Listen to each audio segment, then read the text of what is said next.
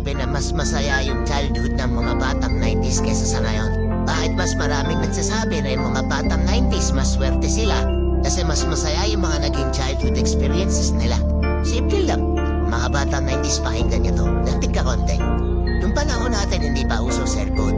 Hindi pa uso yung Mobile Legends. Lalaro ka sa cellphone, nanonood sa cellphone.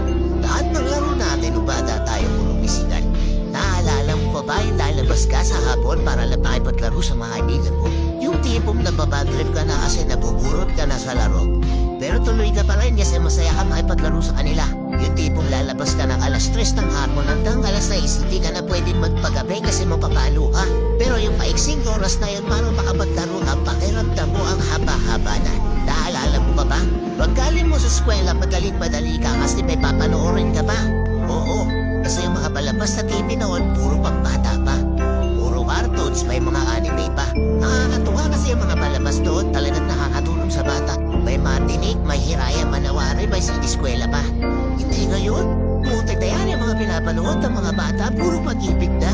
Puro drama, diba? Baka pag pumada ka man o panghapon naman sa klase, makakapanood ka. Naaalala mo ba ba? Yung natutulog-tulugan ka sa hapon sa mama mo para lang makaiwas ka sa palo niya. Potay na, naririnig mo ba yun? Oo, paulan na.